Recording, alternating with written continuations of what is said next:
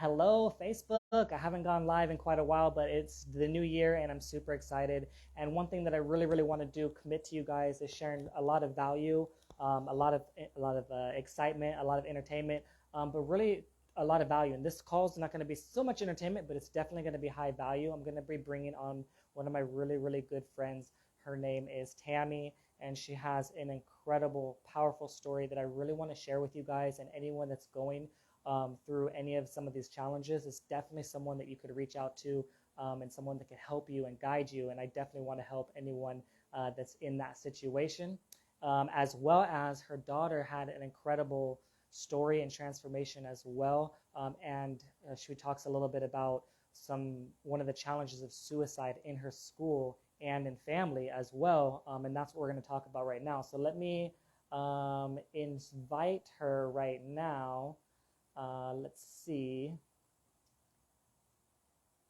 Are you there, Tammie? Oh, I see you. Let's see. I think I see you. All right. So she's us now. So everyone give her a warm welcome and be sure to follow her and comment down below anyone that's watching the live or watching this. Where are you guys watching in from? Where are you guys tuning in from? I'm in San Diego right now. Hello, Tammie. How are you? And I'm so good. Merry Christmas. It looks like it's Christmas over there. So good. Still Christmas. I'm so good. So yeah, where are you at right now? And let's just try and make this quick. I gave a little prelude into it, so we could just jump right in to your story. And yeah, so the goal is to definitely provide people with a lot of value and hopefully give some resources to help people that are maybe going through some of these issues here. Okay, yeah, wonderful. So I'm in Ohio. My name's Tammie Trissel. I'm 41 years old. The first time I was in the hospital, I was 4 years old. They said I had severe gastroenteritis. By the age of 18, I was diagnosed with Crohn's disease, and the doctors told me, well, we don't know what causes it. We don't have a cure for it, but here you go. Here's a bunch of medication. And that started me down the journey of doctor after doctor, specialist after specialist, surgery after surgery. So by the age of 28, I had my first bowel resection. I was on so much medication. You had your first what? My first bowel resection. So what happens there? They cut you open and they take a big chunk of your intestines out, because pretty much it's rotted with inflammation and disease, and it can no longer really function. So all the medication that I was on for 10 years did not work. All the different diets that they had me try did not work. I was having severe pains that would double me over. It felt like somebody was stabbing me with a knife and twisting it, sharp shooting pains coming out of my anus, nausea, vomiting. Pretty much it hurt to eat anything. So my diet was very limited, and I tried so many different diets, and saw so many different specialists. So, I was in so much pain. I'm like, cut it out, take it if that's the answer. And at that time, I was in the hospital for 21 days. I almost bled out, and they put me on opioids. And then they sent me home with opioids, and they had me follow up with pain management. And over 10 years, I was up to 120 milligrams of opioids per day. They got me pretty much hooked, addicted. And every time I would go in and tell my doctors, like, this is how I'm feeling, they're like, oh, your tolerance is higher, so you just need more. Literally, I was laying in bed in fetal position, curled up in a ball in the morning. I was sweating so bad I couldn't even get out of bed until I would pop the opioids. I also, along with that, came anxiety, depression, insomnia. So they had me on Xanax, Trazodone, antidepressants, Zoloft. Migraines. I was having Botox injections for migraines. They had me on prednisone. I would blow up like a balloon. I was up to 240 pounds. I had arthritis. Is there anything you didn't have? They also tried to diagnose me with personality disorder. I was seeing a therapist. It was just a vicious cycle of never feeling good. I was in the emergency room every weekend, puking my brains out. I did have cannabis, and they would try to blame the vomiting on cannabis. which cannabis gave me the only relief. So yeah, and then by You the sound really quick. You sound like not exactly the same, but like a similar story of my mom. Just like a laundry list of diseases and illnesses and stuff, as well as the mountains of medication. I mean, she was on like 25 different medications before I reached out to help her, with her transformation as well. Yeah, go ahead, continue. That's just it's wild. Yeah, I was on over 20 different medications. I was doing Humira injections. I was I was doing, on Humira. That was the only one. I was like one and done as far as pharmaceuticals, because that was enough to like destroy yeah, me. Like just one. I was destroyed after one. Like I can't imagine when people tell me when they're on more than one. I'm like, that's crazy. yeah. And then I was doing shots of Phenegrin in my thighs, and it like completely ruined my muscles. There's just so many things. I tried everything, literally everything. I would have to go in and have my esophagus stretched. I had a You pancreas tried full of everything blood. from the Western medicine Yeah, perspective, right? yes, Yeah, yeah, yeah. yeah, Because you feel like I felt like that was the only thing I knew. Like if I was watching TV, I saw commercials for ads of, if you're dealing with, this disease, go call your doctor. You deal with this disease, call your doctor. On the radio, it was the same thing. I was listening to the radio. That's why I went to the doctor in the first place. I heard an ad that was specific to the autoimmune disease that I had. I was like, what? I still, to this day, I don't even think I've ever heard any ads about that disease. I was like, that's crazy. But either way, that's all I knew. That's all we know. It's like, okay, or you talk to your friends or family. That's all they know too. Most of them. It's like, well, and did you talk to your doctor? What does your doctor say? And so there's no other option besides what your doctor right. says. Right. And my whole family's medical field. So it's like, this is how I was raised. You don't feel good, you go to the doctor. You don't feel good, you take antibiotics. That's how And people get into this place. I was talking with my cousin the other day, and I was like, our dads were really like, they were like, we're not going to the doctor for nothing. You know what I mean? Unless like you're like have your leg, your bone sticking out of your leg, we're gonna go. And even sometimes broken bones, we didn't go to the hospital. Like I'm serious. We both have several broken bones. We're like, we're not even going for that. And so like, I think I'm thankful in a way that I had that, because I might have been down that same path of just like, I have this problem. Give me, a pill. I have another problem. Give me a pill. Give me an injection. Give me another pill. Here's another injection. Yeah, I yeah. had that conversation. It's crazy. And I can remember going into my doctor's when I transferred to the Cleveland Clinic finally. Um, that was by the age of 38, okay? And I was so far gone, Kevin. I was on disability. I could not function. I was no longer able to do hair. I was canceling all the time because I was sick all the time. I was in the emergency room every weekend. I was also a platform artist for Sexy Hair, traveling the world, teaching people how to do hair. I lost that job. So my life was literally crumbling around me. And, you know, and I had to have another bowel resection at the age of 38.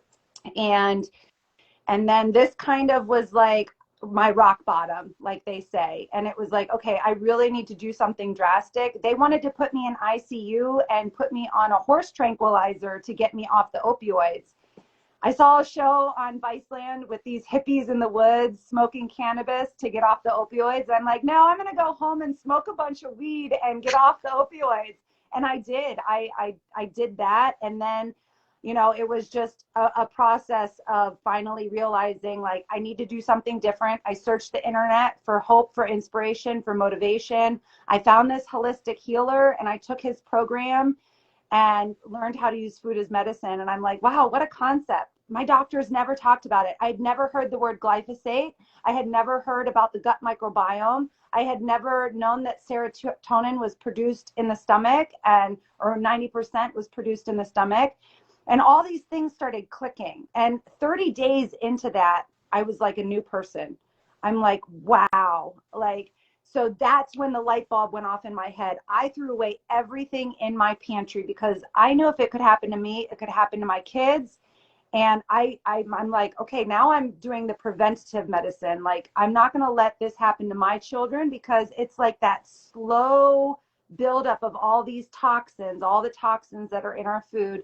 You think you can go to the grocery store and you would think everything is just safe for us. And unfortunately, that's not the world we live in. And now that I know that the United States is like what, the 46th healthiest country, our food is actually banned in other countries, and the glyphosate is poisoning us. It's a cancer causing agent. It's like, okay, this is common sense, you know, or it should be common sense. Like, why aren't we all doing this?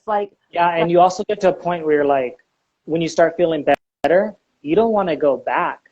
So you're like, I don't want any of that stuff in my house. I don't want to deal with any of that food. I don't want to deal with any of the things that cause this pain. Did you also feel like, I know what happened to me. I mean, it probably happened to you, but did you develop a distrust for like big pharma and stuff like that?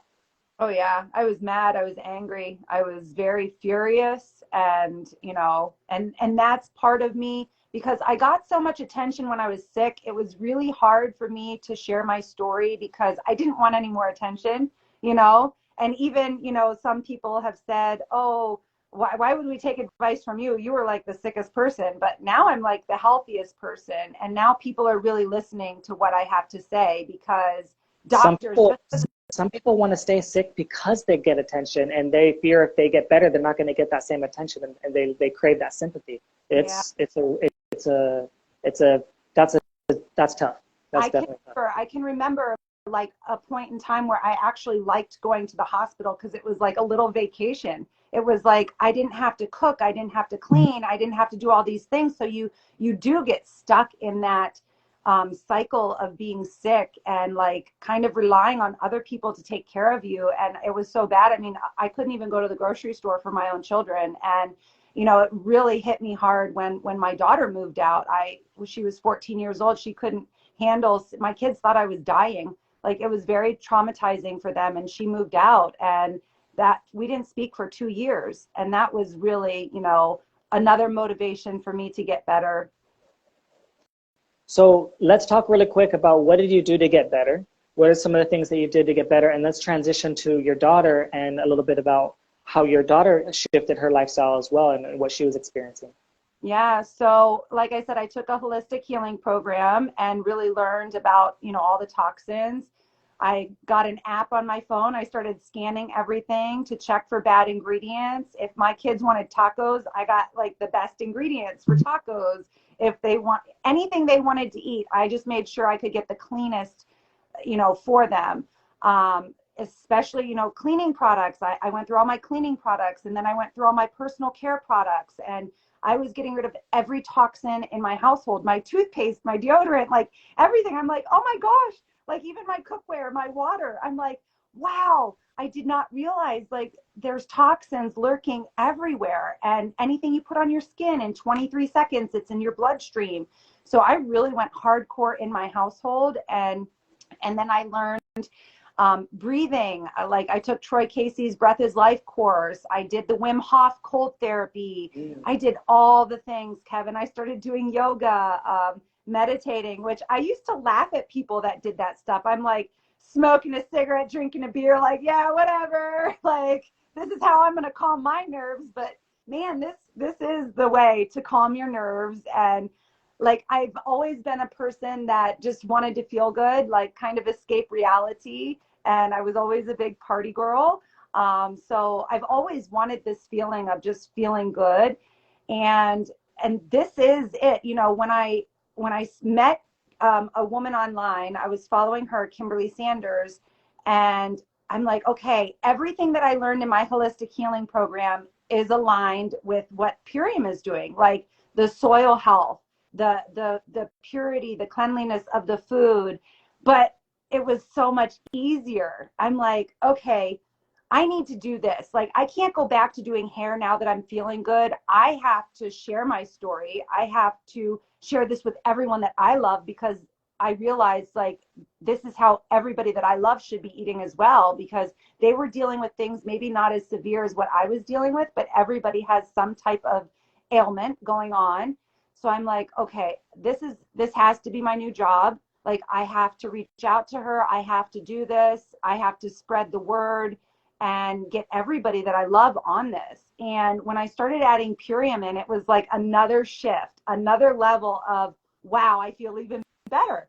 Oh my gosh. And then it was easier and convenient. Like because I was stuck at home cooking everything from scratch in that holistic healing program. I was juicing, I was making coconut yogurt from scratch, salad dressing from scratch, everything, soup, everything from scratch, which was absolutely incredible. I needed to learn how to do those things, but Purium just gave it that little bit of ease and grace and convenience. And It's like, what do you do when you're tired? And what do you do when you feel like you don't want to cook? And what do? You reach for something unhealthy. You reach for some kind of, most people, you know what I mean? Whereas like, you ain't got no excuse. You got something healthy right there that's faster than probably anything else, and it's also probably better than anything that you'd cook probably, right? So it's just like, yeah, and I was like cooking all this stuff and sharing it with my family. Like, you need to eat this, you need to eat this. Now I'm like, oh, you just need to take all this Purium. Like, I don't have to cook for everybody now. I'm like, oh, you need to do superfoods like I'm doing. and they save time not only to help more people, right, but also like take care of your children as well. Yes, and that's what it's given me the ability to do. My daughter came home and I was so strong and so capable and able of helping her now heal because, she was raised on the standard American diet, and there was a lot of things going on with her that she needed help with, anxiety and depression and acne and cleaning up her gut microbiome. And she's looking up to you as a role model as well. Yeah. Like she was role modeling the behaviors before, now role modeling, the behaviors now. Yeah, now she wants to take Carrie Drinkwine's course, and she wants to become a regenerative health coach, and she wants to go live with regenerative health practitioner. Practitioner. And she wants to go live with Yarrow and learn how to make tinctures, and she wants to become a medicine woman, and she's so inspired. She's had such an incredible transformation herself, and she feels such a difference, and she's really realizing what was she struggling with before, like when you were in that state where you're like, I can't take care of you as well as I want to, and she has her lifestyle and her her behavior and however she is, her personality, how did it shift, and her health and everything, now, like what was that like?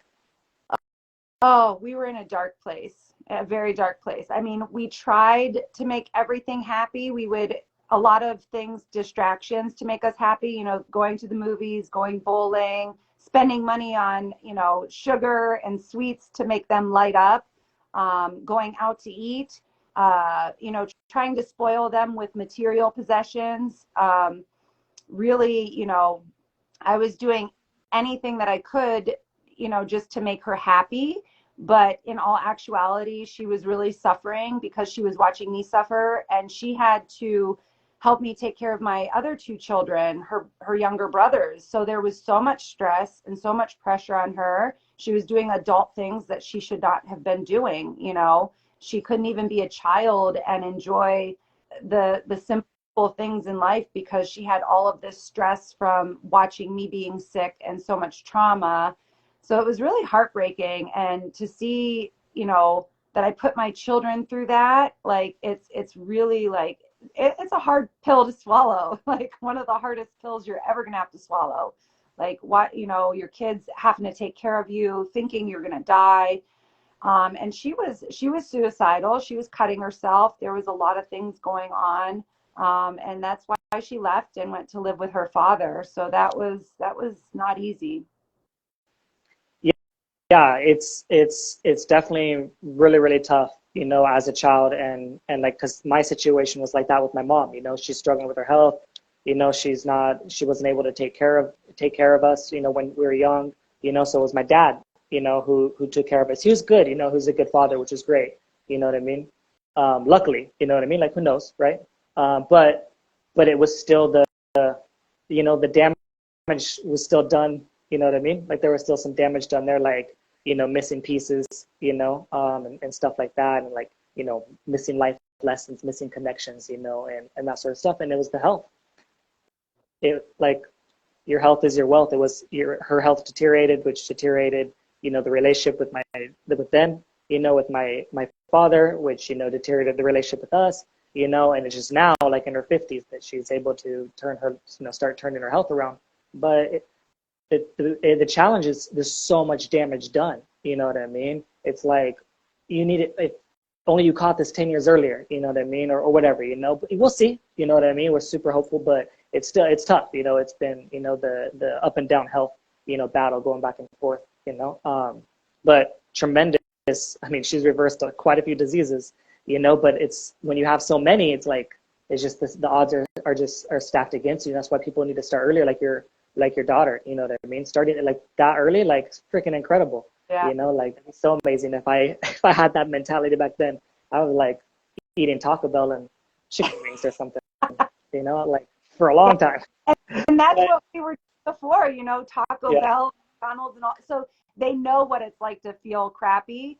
And luckily, they, you know, watching me come back to life, and they're like, okay, mom's doing all this. Like, we got to do what mom's doing. They wanted to jump on board with me, you know, and So how did she feel? How does she feel now? You know what I mean? Like, what was her change? she feels so incredible. She's going to the gym every day. She's like, She has, it's depression, it's anxiety, right? It's like, you know, it like those are like the main things that like kids are going through these days. yeah, Like even though I had a tough childhood, we all had tough shit, you know what I mean? Like depression, like that wasn't a thing, you know what I mean? Like when you're a kid either, you know, like that wasn't a thing, right? But that's a thing that these kids are going through. I think it's a lot of it.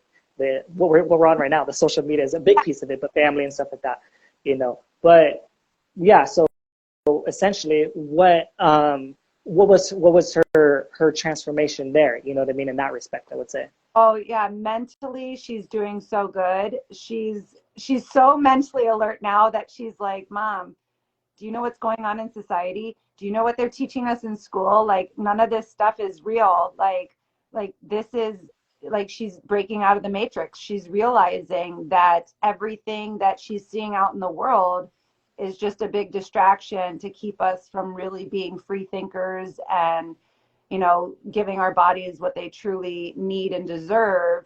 And now she's on a mission. She wants to do this for her work. She wants to join Purium. She wants to do all of it. And she's, you know, she's really like, she was at a point where she was skipping meals because she didn't want to feel bloated. Now she's eating all the time. She loves all the food that we're making, and like our relationship is so close now. Like we've had so much healing happen, and it's such a blessing, like that we've been able to heal all of those old wounds and forgive each other, and you know, really just focus on the good things. You know, where focus goes, energy flows. So we are just focused on, it's like food therapy, you know, you focus on the good things and all the bad things start falling away. And that's what we're doing. We're helping so many, and it's helping my whole entire family. Like we're helping so many loved ones and dear friends. And she's just been such a trooper doing all of this with me. And she's hooked. She's Purium for life. And she, you know, her school was suicide school, and she's like, Mom. Really quick, that's what I want to say. I'm gonna jump into that really quick. I was gonna transition. So for those of you that don't know, like part of my journey, like all really started, like the really beginning was when my dad committed suicide. And so that's when I made the decision, or after that, to really change my life and turn my life around. I feel like I was just an average American in a way, you know, just kind of typical, you know, working the job, decent job, you know, doing okay, working my way up, eating like trash, you know, for so long, you know, I mean, the standard American diet, I say. And so that's when, and just kind of everything really, like playing video games, not really focused, not really, had no real vision or passion, or didn't really have any kind of direction per se. I mean, I felt good about my career, you know, like what I was doing, but nothing like really passionate, just like this is just a job, you know? And so that's, everything changed after that, right, for me. So like when I heard your story about the suicide in the school and your daughter, it really stuck out with me really strong, you know, because like anytime I hear about that, I'm just like, it's really intense, you know, because it's very traumatic for everybody. It's like it's really crazy traumatic. And so tell me a little bit about that. Yeah, what you were about to say Yeah. with your daughter and the suicide. Yeah, so she's just realizing like a few years ago, her school, they had so many suicides that the FBI was almost going to be involved. And it just, it just breaks our heart to know What that wasn't there a catchphrase or something like that? uh, Like they had like a name for it that they, I think it was the suicide yeah, school. That's it was like something like that. Yeah. Yeah, I'll have to ask her, but I'm pretty sure it was called the Suicide School. There was like an article, and people were like making fun of it. And there's a lot of things going on in that school that it's just like now she's like, Mom, I can't even go and be there with these people. Like that's another thing of her, being aware of what's going on. She's really just wanting to go in. She said there was 8 suicides. If there was one more, they were going to get the FBI involved. What was it called? Just Suicide School? The article. The article. Yeah, it was called the Suicide School. The Suicide School was the article, and now she's going in after hours just to finish out her senior year because she can't even like really deal with the reality of the things going on in that school. And it's just really sad. Like there's kids there that dress up like animals. They're called furries and they pee on the bathroom floor. There's just a lot of, I mean, there's good kids too, but there's a lot of bad going on in the world. And to know that this all starts in the gut and this can all be prevented, and it just breaks our heart. And we see kids like her friends are addicted to soda pop, and these kids don't even drink water. And then all the food that they're offering in school, I mean, government food in schools is another big issue. Like her friend I will remember send her pictures of, all I ate was like bean and cheese burritos and chocolate chip cookies. Like that's all I remember in high school. yeah. Like seriously. Yeah, it's pretty bad. It's like, and this is what the world that we're living in. As much as the United States has so many amazing, wonderful things, it's like, why aren't we concerned about what our children are eating, what they're learning, the environments that they're in? We have babies and we want them in the safest car seats. We want them to have the best of everything. But what about nutrition? Why are we feeding our kids junk? Look Like I used to at the do. ingredients on baby food, baby formula. It's unbelievably ridiculous. Like beyond, it's like it's so bad. I couldn't believe it when I saw it the first time. It's like what? Sad, and it breaks our hearts. And she just wants to help. She has so many dear friends. It's like we just want to help as many people as we can. And we know it starts with nutrition, and all of this other stuff is just like, it has to stop. It really has to stop. And we are the generation that's going to do it. So we're. Yeah, well, you're doing it. You're breaking generational curses. That's what I say. Like, our parents, they did some things, and then that, their parents and their parents, and like, there's just like this cycle of just kind of copying, so to speak. But like, I mean, obviously, now today you could do everything right as a parent. They go to school and now they're a furry peeing on the ground, and so, I mean, that could happen, Yeah. right? But either way, you're doing an amazing job, and I think that's so important. And your daughter is going to be set up for success, in so many different ways, and I feel like even the people that I've impacted, that's what I say to like the ones that have the kids. It's like you're breaking these generational curses with your kids. Like you're transforming their lives, and like they're just going to be so much better off. And I don't see some of those things, that a lot of the things that happen in the world, like that are getting crazier and crazier, like they don't seem like they're slowing down. It seems like it's just speeding up and ramping up. So we just have to, continue doing what we're doing, sharing our stories, sharing stories like yours, doing the work that you're doing. And I just want to say, I appreciate you so much. I appreciate your time. And your story is really powerful and it really means a lot. And I'm so grateful for all the people that you've impacted and that you're going to continue to impact. So yeah, just keep it up. Is there anything else that you want to add or anything else before we wrap this up? Oh, thank you so much for having me. I appreciate you creating this space for us to share our stories, and thank you for sharing this goodness with everyone you love as well. Absolutely. Thank you so much. I appreciate you, and we'll be talking soon. Bye, Kevin.